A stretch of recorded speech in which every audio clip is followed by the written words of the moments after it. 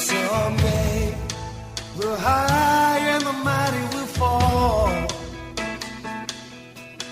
There will be no power brokers, the wall of power will fall. And someday, good evening, ladies and gentlemen. Welcome to the Wall of Power Radio Hour. We hope all of your New Year's resolutions are still intact. Most of mine are. This is your host, Paul Metza. We've got two great guests on tonight.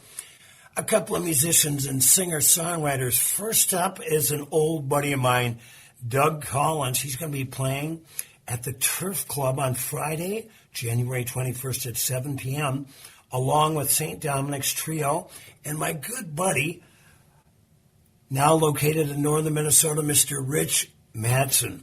Let me tell you a little bit about my friend Doug. Southernman.com said he's one of the most brilliant songwriters to emerge from the Twin Cities in nearly 2 decades. He got a great quote from a music journal in Spain, said, lyrics of Hank Williams, the addiction of the melodies of the Beatles, the authenticity of the sound of Doug song. Wow, that is a golden quote. And also, they say Collins chooses to write songs that are immediately direct and appealing. That was from Babysue.com. We have on the line here tonight Mr. Doug Collins. Doug, how are you doing, my friend? Good, Paul. How are you doing? Good, man. A live gig. I know, huh? How about that in these times, huh? What a concept. Have you been playing out at all anywhere? I think like all of us, when the pandemic started, did nothing for like a year and then, or waited until it got nice out and was doing all these outdoor gigs. And then things shut down again when it got cold, and then we all got vaccinated, and there was that little window where everything was hunky-dory. And so did some playing out. And then until this end of last summer, just a couple months ago, like 4 or 5 months ago, then it was just like, and a lot of people were, musician friends and I were talking about this, just like we had no idea what to do. Do you keep booking? Right. Do you not book? Because we had no idea what the future's going to look like. And I mean, we all thought that January, we wouldn't think that Omicron would be, just kind of going through us like a hot knife through butter right now. But here we are. Right. It's amazing. And for all those anti-vaxxers out there, get it together, for God's sake, so the rest of us don't have to deal with your stupidity. Right. Please do. Please get vaccinated. Doug Collins and the receptionist, are you doing solo, or are you going to have the receptionist with you? It's going to be a full band show. We're trying to. We're getting ready we're going to have a single that we're going to be releasing sometime in the next month, so we want to get some stage time to kind of tighten up, as you will, because we haven't even, with these times, once again, it just doesn't seem like we've been playing that much. So it'll be good to have everyone together. It just also kind of helps, I think, everyone's mental state of mind. Playing with the band. I mean, you've done both. You know what it's like. Where sometimes solo shows are great, but sometimes you just want to turn around and look at and know you got your friends up there with you. Well, and just the hang is nice too. You know? Yeah. Isn't that the truth, though? Who are the receptionists? Tell us who's in your band, Doug. Well, I have Charlie Varley is a dear old friend of mine from. He's originally from Iowa, like I am, and he plays bass and does vocals. And then I have Doug. Let me jump in. Charlie Barley. That's his real name. Yes, it is. Isn't that like he used to go by Chuck, and then he changed it. Like within the last decade, he was just like, I think his dad used to call him Charlie when he was a kid, and Charlie Barley. Who doesn't want a name that rhymes like that? Who happens to be from Iowa. Yes. Go Hawks. So besides Charlie Barley, who else do you got? Well, we have on drums the wonderful Billy Dankert And then on steel Billy's guitar, we have great. Randy Broughton. So I have two of the Gear Daddies are playing with me now, and it's really just been wonderful playing with those guys. They're such pros, and just talk about a good hang. Those guys, they're just good people. Well, and to the best musicians, Tom, please give them my best. I haven't seen those guys in years. Back when we were all kind of beating around the clubs in Minneapolis in the 80s, I had the pleasure of doing some shows with the Gear Daddies. And Oh, great. Just a superb outfit. Yes, agreed. So Very much so. So who are we missing? No, that's it. We're just a little tiny four-piece. Okay. So it's me on Reminding me guitar, of and I mean, just having Randy as a lead instrument. You know, we were playing as a three-piece for a long time, and then Randy came aboard about 2 years ago, and 2+, and just having someone who's so good at their instrument that they can just. Charlie always says it's like he's like a warm blanket. Yeah. He kind of just makes things hang together and puts in stuff that you wouldn't even necessarily, couldn't even imagine. And he just really kind of ups our game, all of ours, just so much. But yeah, it's just a four-piece for right now. It's funny. It reminds me of Paul Desmond, the great sax player with Dave Brubeck wrote his autobiography, which was called How Many Guys Are in This Quartet? Four. There's four guys, Paul. There's four. Guys That's in your usually how quartet. it works. Well, talk to Terry Walsh and St. Dominic's Trio is usually a four-piece. So, I guess right. those words don't mean as much. Well, we were hoping to have Terry on today, but he got busy. But after following a couple segments with Doug Collins on the Wall of Power Radio Hour, we're going to be having a fellow I've never met named Matthew French. He's got a live stream coming up. But back to Doug Collins, I'm looking at your website, and I told you the last time we had you on, which is probably a little over a year ago, maybe two. Mm-hmm. I still love your album cover for Good Sad News. It is so 1965 Furlan Husky or Porter Ragnar. Yeah, That's thank you. Who did that? Who did your graphics on that? John Hunt, and I will tell everyone in the world, I will scream his name from the rooftops. Jon Hunt. He is amazing. I had an idea. I told him roughly what I wanted. And I said, here, and I sent him a handful of pictures, and he sent it back, and it's just like, oh, my God, that's exactly what I wanted. I didn't even know how, when you have, like, rough ideas, you never know really what it's going to look like. And then he sent it to me, and I was just blown away. He does such good work, and I cannot recommend him enough. I just love it. I use a guy named Mike Goebel for all of my stuff and have for years. So once you find a good graphic artist, don't let them go because they are worth their weight in gold. They are. He also did, I had him do a, what's the word I'm looking for? Like kind of an insignia, with my name, graphics for my name and the band's name, so we can put that on stuff. And he did that, and everything he does, John's stuff is just, it's very smart. He, it's very influenced by the past, but also forward-looking. He's just, he's the bee's knees. And you've got a great website for people out there in the listening audience. Go to DougCollinsMusic.com. I love the Turf Club. I've seen them. I've only played there once. I don't even remember what the event was. But I tell people, I said, if Jack Ruby was still alive and owned a club in the Twin Cities, it would be the Turf Club. Well, it does have that just kind of feel to it. I mean, I always say that's my favorite club to play at. Because, First Avenue's great, of course, and all the bigger ones are just great, obviously. But the Turf is just kind of like, there aren't as many places left. There was the 400. There was, all these other clubs that were back in like the 80s and 90s, and Turf Club's one of the last ones standing. It's just, it feels like really feels like a bar that's just geared towards music, and it has a community there that's just amazing. The way it's set up and the way they run it is just all top notch.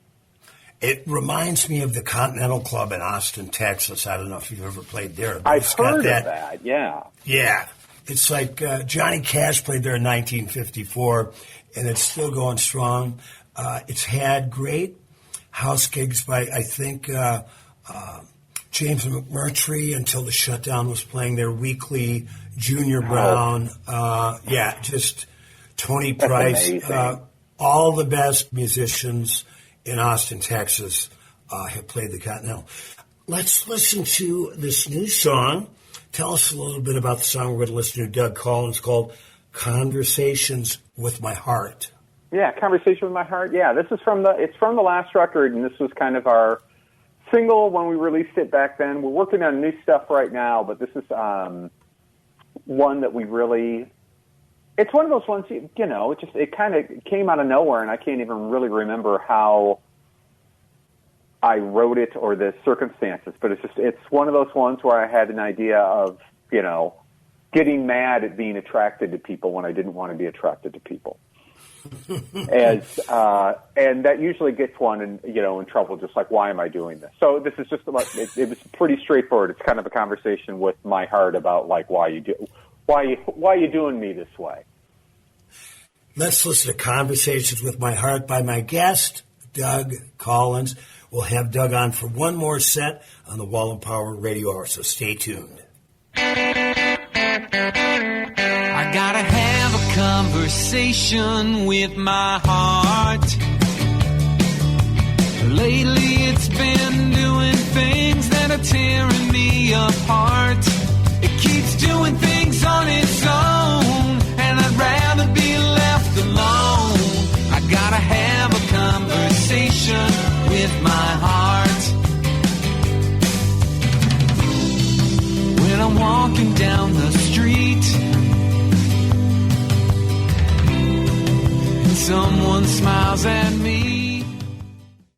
Wall of Power Radio Hour. Welcome back to the second set of the Wall of Power Radio Hour. One of our first shows in 2022. I'm excited to have my guest, Doug Collins, and a friend of mine on tonight.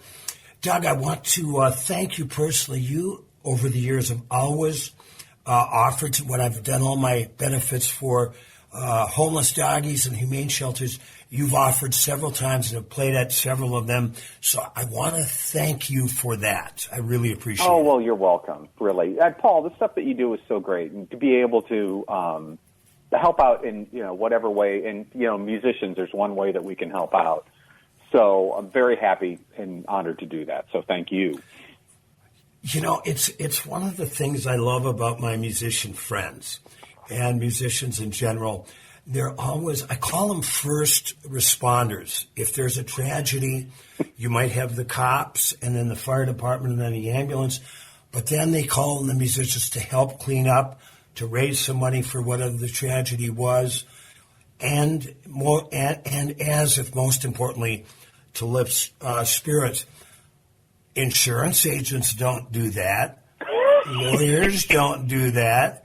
Occasionally they'll throw together a golf tournament, but it's musicians that help the community move forward. So thanks to you and everybody that helps, not only with my gigs, but every time somebody else needs some help.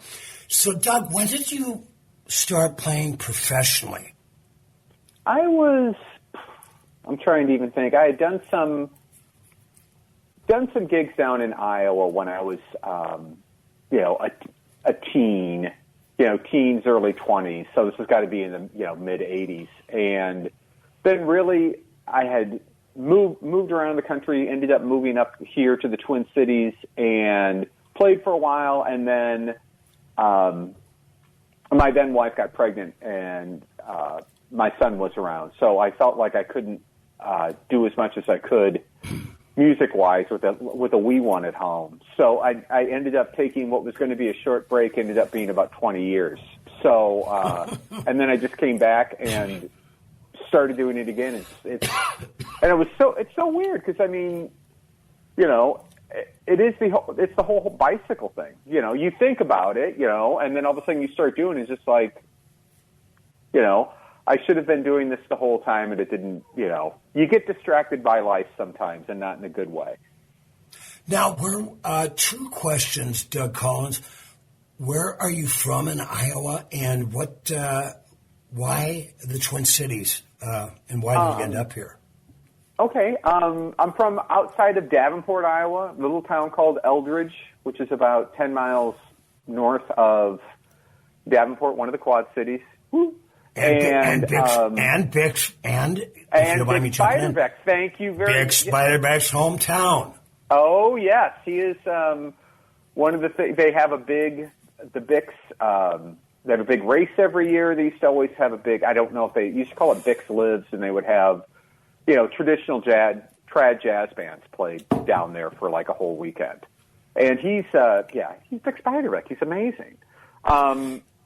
And so anyway, I was living on the East Coast, and I was married at the time, and my ex and I were like trying to come back here and to the Midwest. We didn't know where. We were from Iowa, but we didn't want to move back to Iowa, and it was either Chicago or Minneapolis. And I said, well, we can't move to Chicago. We have to move to Minneapolis because that's where the Replacements are from. Oh, so there you go. I moved to Minneapolis because of my love of the Replacements. And 30-odd years later, I'm still here. And still love the Replacements. I still love the Replacements. I still love the Twin Cities. I think I made the right call. Well, we're happy to have you, Doug Collins. Now, coming from Iowa, you must have had some time to really enjoy the music of Iowa's greatest troubadour, if not one of America's greatest troubadours, Greg Brown. Yeah, I'm definitely familiar with his work. He's based out of Iowa City, and I lived in Iowa City for a time, and he was traveling, we'll just say, in different circles, and I was like in the band thing, and he was in kind of like the folk thing. But every time I would hear him, he's amazing. I mean, he's Greg Brown. Yeah, you know, that's all you could really say. It's just like. And that first record of his, what is it, that Iowa Waltz one, or I don't know if it's his first one, but one of his early ones, it's just a great piece of work. Well, you know, and I've had the pleasure of meeting Greg when he first started coming up here in the early 80s. And and actually, I think I sold him a pickup from one of my guitars, a DiMarzio pickup, if I recall.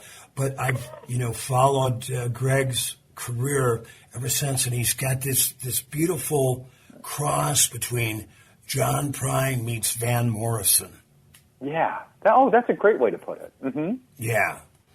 And, well, that's cool. So now, when you got up to Minneapolis, when and where did you start playing?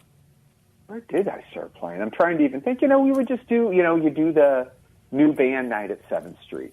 You play at the 400. You play at, I'm trying to even think. It's been so long. You know, you play, you know, what was the, not the Poodle, there was the Poodle Club, but there was also. Yeah, on Lake Street. Yep, exactly. And there was another one on Lake Street, and I could see the sign, but Fernando's. Is that right? Yes, I played both. I lost. I mean, these are just names that I'm remembering, and it's just like there was a place up here that was on 26th and almost by 26th and Nicollet. It was called Crosstown. It was a jazz club. It was open for a very short time. All I remember is we played a gig there, and the next day, that night it burned down. So just like memories, I guess. But yeah, I remember the usual places, and there were, like I said, there were so many more places back then. And I think it's so weird how live music used to be. Because my son is now almost 30, and you know him and his friends, they don't. And that generation, as far as I know there's still, you know, younger people coming up, which is obviously amazing and great. But it doesn't seem to be as much as the social thing as it was back in the day. And it was as much a social thing as seeing the music, because you would go somewhere then you would run into your friends. I remember about 20 years ago, I was doing a gig on the Mississippi River at a club played weekly there with my harmonica player, Sonny Earl, and there was a couple of young guys, or maybe early 20s, and we were just kind of walking around on the break, socializing, and these guys said to me, they said, "We don't really like live music, but we really like you guys." And I go, well, I think compliment taken, I guess. And then I go, I think I could see the beginning of the end now. You know. Yeah. Well, I mean, it is just different. I mean, the way that we get music and how we enjoy it is, totally different now. I mean, back in the day, there was like AM radio. I mean, they had FM radio when I grew up, but I mean, when you're a kid, that's where the top 40 stations were, and that's what you wanted to listen to. And there was only like two options, And now you can listen to anything you want, whenever you want, which is great, which is truly great, but it's also it's isolating because I don't listen to new music near as much as I feel like I should because I'm always like going down a wormhole with, oh, boy, these Ray Price records from the 60s sure sound great. I'm just going to listen to these for like 2 weeks. Yeah. Instead of being open up and being like, what's new out there and it's how, figuring out how to get exposed to that stuff. Well, and the thing is, too, with a lot of the modern music, which throws me off, and, I'm just about to say, kids, get off my lawn, but the thing is this auto-tune. So every voice pretty much sounds alike. Yeah, the great Minneapolis rock critic, Chris Riemenschneider, I think, put it succinctly and well when he said, it's like listening to people on helium. Yeah. Well, there was some Netflix thing, and I can't remember the name of the series, but it was interesting. It had one of the episodes, it was about modern music, and one of the episodes was about the history of autotune. And it was very, very interesting to see, like, why people kind of went to that. And it's kind of like I always thought of it kind of like a wah-wah pedal, like you wouldn't use it all the time, right. You just use it as like a flavoring, like parsley. But anymore, that's a lot of people use that. I mean, I'm just old school. Like I love a lot of the stuff out now is so much more producer driven, and I prefer I'm old school. I like listening to bands. I like hearing musicianship. So that's just me. I know there's always good stuff out there. Of course there is. There always is. But the stuff that's popular right now, maybe it's not my thing. And also it's just like, maybe I'm not the demographic and that's okay. Doug, what do you, let's say in the course of a week, what do you listen to? Besides Ray Price, who is a god? Oh, he's amazing.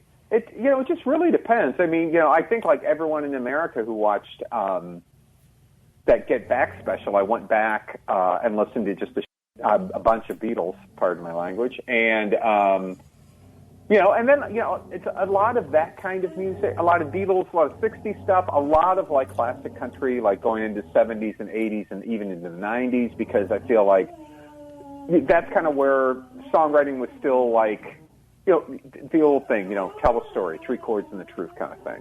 And and then earlier on today I was listening to some Duke Ellington. So I try and listen to as much stuff, but my familiarity with say hip hop or modern pop music is very poor. I will just say that.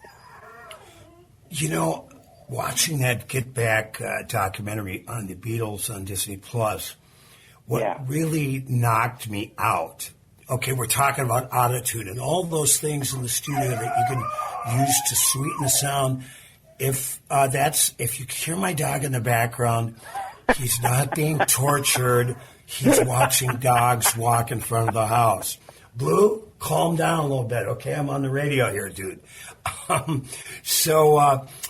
they're the Beatles. They're working on the song Get Back. When they get ready to record it, they're all tuning their guitars by ear. I know, isn't that crazy?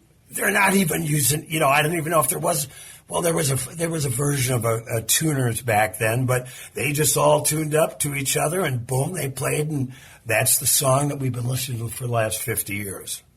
Right. Oh, I know that stuff about, especially tunings, is just like crazy. Because I remember when I started out, we'd have an album that we knew one of the songs was an E.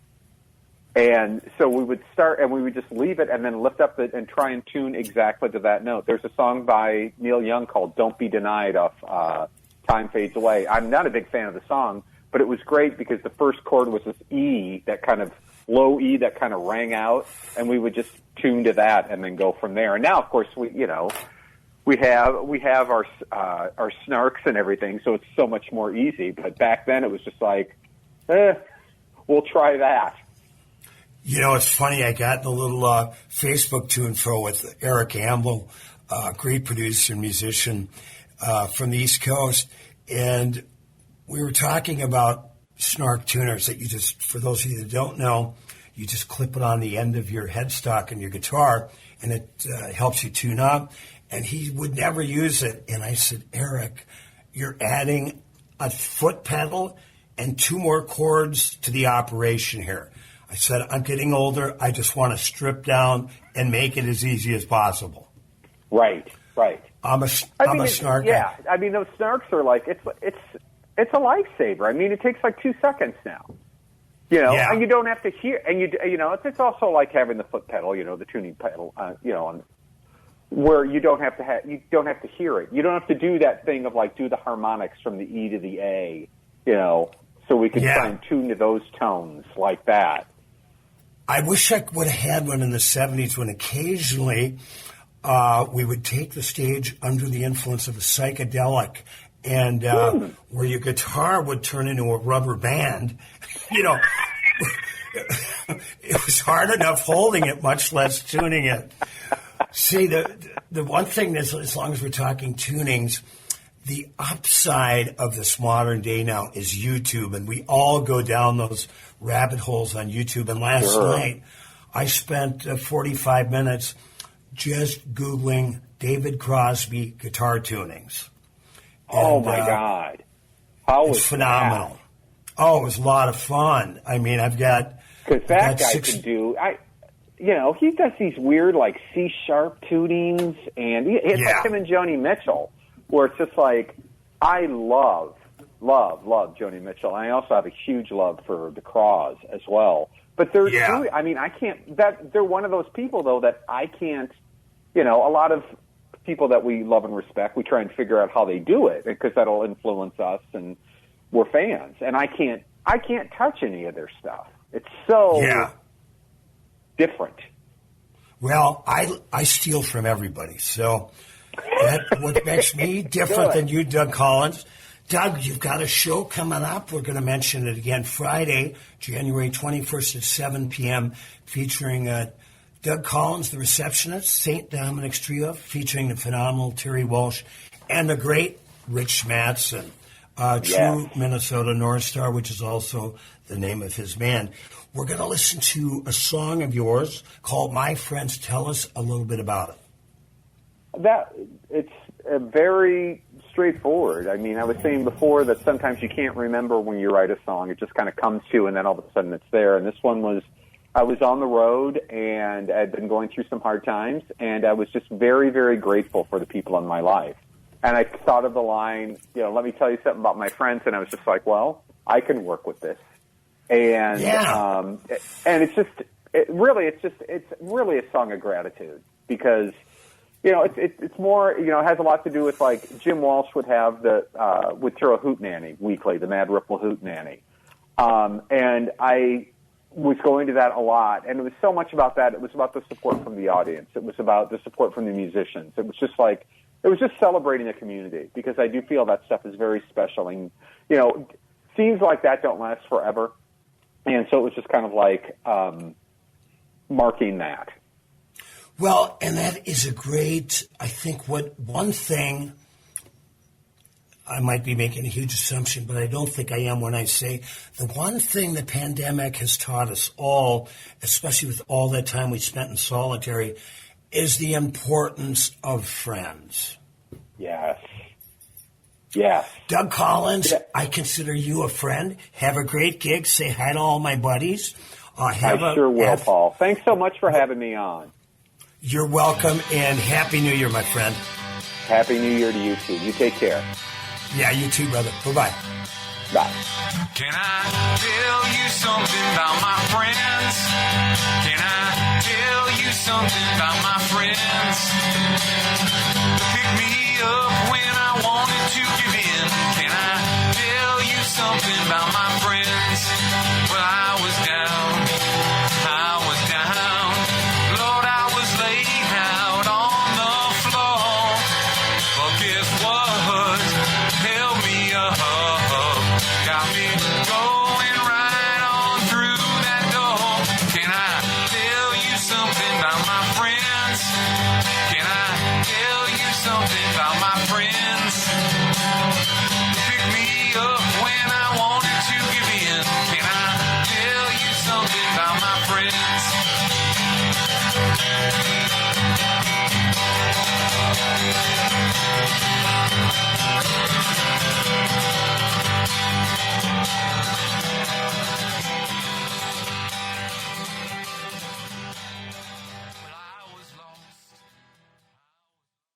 Welcome back to the last set on the Wall of Power Radio Hour. This is your host, Paul Metsa. One of the things I love to do on my radio show is introduce new musicians, writers, and cool people to my audience out there in Wall of Power Radio Hour land. I have a guy that's so new, I'm meeting him for the first time. My guest right now is Matthew French. Matthew, welcome to the Wall of Power Radio Hour.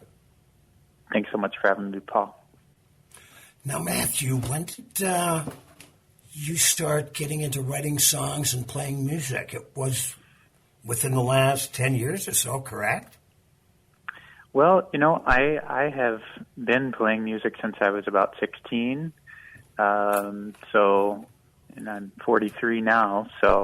But a lot of the music prior to the last 6 or 8 years was doing music in churches and things like that, but really started writing songs back in 2014. Okay.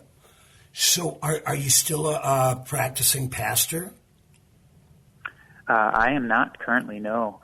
Don't have any plans to continue it, but certainly music is my pastoring at this point. It's a great way to talk to the people. Now, you've got a live stream coming up, Matthew French. When is that, and how can people access it? Yes, coming up along with the release of the first side of the album on January 28th. I'll be doing a live stream at 6:30 p.m. Central. That's on my YouTube page. So if you just go over to YouTube and search for Matthew French, you should find my channel pretty easily. Tell us about the new record, Matthew. Yeah, so the new record is called Two Sides, and I am appropriately releasing it as separate sides. So each side has 5 songs on it, with the first 5 coming out, like I said, on January 28th. Really kind of, covers the recording process, sort of spanned. It started right when the pandemic began, and lots of the other craziness in the world. So it covers a lot of those topics, and just kind of my own thought process of wading through the waters of life. And hopefully, I really feel like it's an experience that a lot of people have had. So hopefully we can feel some togetherness in it. Who would you consider to be your musical influences? I really love the Eagles quite a bit. So I've gotten in the past that I sound like Don Henley for a certain reason, and I am completely happy with that. I love the Eagles. But more recent artists, I love a guy named David Ramirez. He's out of Austin, Texas. And really just I'm inspired by a lot of our local talent here. Just being able to be friends with folks in the community here. I think that's what inspires me to write most is the people of the Twin Cities. Tell us, drop a few names about your local influence and friends. Yeah, for sure. A couple of folks that appear on the album, Sarah Morris and Annie Fitzgerald. They contributed some vocals to the album. I've got Aaron Fabrini, he's on the album, and he plays with Romantica, John Mark Nelson, Vicki Emerson. Of course, Vicki's a good friend as well. Dan Israel is a wonderful songwriter from the Twin Cities. We love Dan. Yeah, too much talent to list, right? Mm-hmm. Now, the other thing, when I was reading your press kit, you're also a Gibson guitar guy. Yes. Let's talk about it, because I'm currently living in Duluth, Minnesota, and I grew up on the Iron Range, 60 miles north of here in a town called Virginia. We used to come down to the Duluth Home and Boat Show every year, and I remember one year in particular, we saw a great show by a comedian by the name of George Gobel, who was a longtime Gibson guitar guy. In fact, there's the George Gobel model. So tell us about your love and when you got into Gibson guitars. I've had several Gibsons over the years myself. Love the Gibson guitar. Yeah. I've been a long-time guitar buyer and seller, and I've gone through all of the different brands, but probably really since I started songwriting back in 2014, really landed in the Gibson space. And I've probably owned so many between 2014 and now that I couldn't list them all, but I remember key characteristics about all of them. I've owned, ones that just came off the shelf, brand new. I've owned guitars from back as early as 1947, I think was probably the oldest that I've owned. Yeah, and just kind of what I really love about a Gibson, old Gibson especially, is just to think about the history of who may have played it, what song may have been written on it, and what stories can I continue to tell using that instrument. Because, as you know, as a songwriter, there's songs in every guitar you buy, especially Absolutely. A vintage guitar. I'm happy and have been a 40-year owner of a 1955 D28 Martin that I purchased from a pastor who only played it on Sunday. Yes, I love that. Like the class, and supposedly it was sold by Charlie Pride when he was doing a gig up on the Iron Range and needed some money. But boy, I've written a lot of songs with that. Every time I record with that guitar. What guitar did you use to record your new record, Two Sides? I have to laugh because I was looking back at pictures of the recording process, and I was like, oh, I had that guitar when we started recording this, and I sold it. And there were many. So my friend and producer, Chris First, he's got several guitars in his studio, and I would bring my collection in along with his collection that he had on hand. I used there's a 57 J45 on some of the tracks. There's a 60 country western on there, a 56 J50, and those are the ones that, and more recently, like a newer J45 as well. So those are the ones that I remember, but I'd probably have to sit down to make a list. I went into the Podium Guitar Store when they were still located. Well, they were in their second location in Dinkytown. And there was this brand new, this is about 10 years ago, brand new J45 with that beautiful Gibson Brown Sunburst. And I was playing it, and it played like $1 million, and it sounded like $1 million, and it looked like $1 million. And I said, well, he let me play it for about 20 minutes. He came over, and he thought he had a sale, and he said, are you interested? And I said, well, how much is it? He goes, $4,500. And I said, dude, I have one rule of thumb in Paul Metz's life, and that is I never purchase or play a guitar that's worth more than the car that I drive. I love that. Although my Martin would be an exception to that rule. I know you've got to run here soon, Matthew French. So tell us, are you looking forward to playing out at some point behind this new record, Two Sides?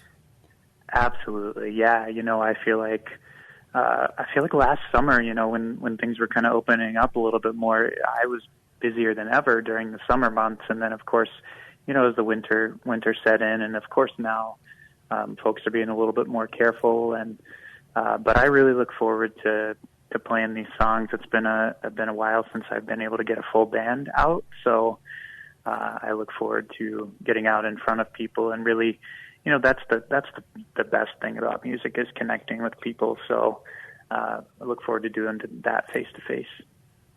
And make sure you check out our guest Matthew French's live stream on 128, 6:30. Just go to Matthew French on YouTube, his YouTube page.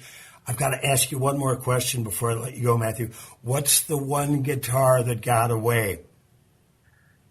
Oh, wow. I probably have several of them, but I think it is that 1957 J45 that I had.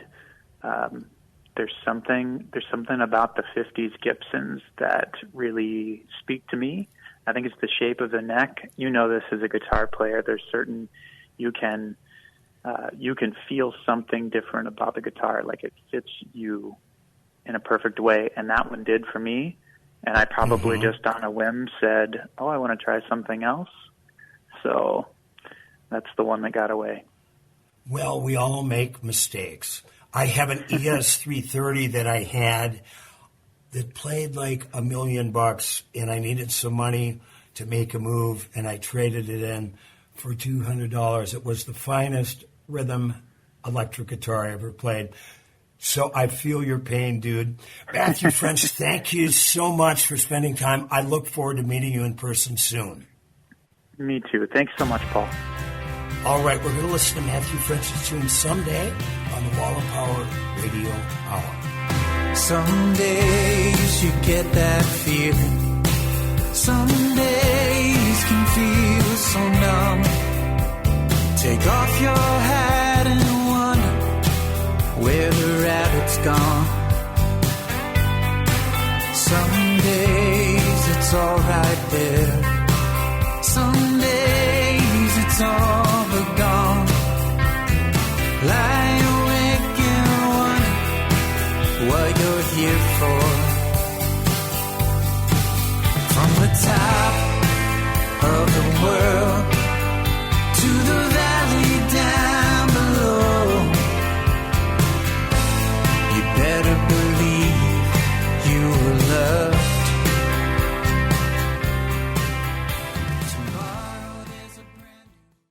Thanks for listening to the Wall of Power Radio Hour. The show is produced by Paul Metza and engineered by Patrick Lilia. We'd like to thank our guests Doug Collins and Matthew French. Follow me at paulmetza.com. My book, Alphabet Jazz, with 15 free musical downloads. If you purchase the book, will be coming out probably, if not by the end of February, the beginning of March. I think you'll enjoy Alphabet Jazz, poetry, prose, songs, and stories. And remember, like my dad used to tell me, to be kind and make someone happy.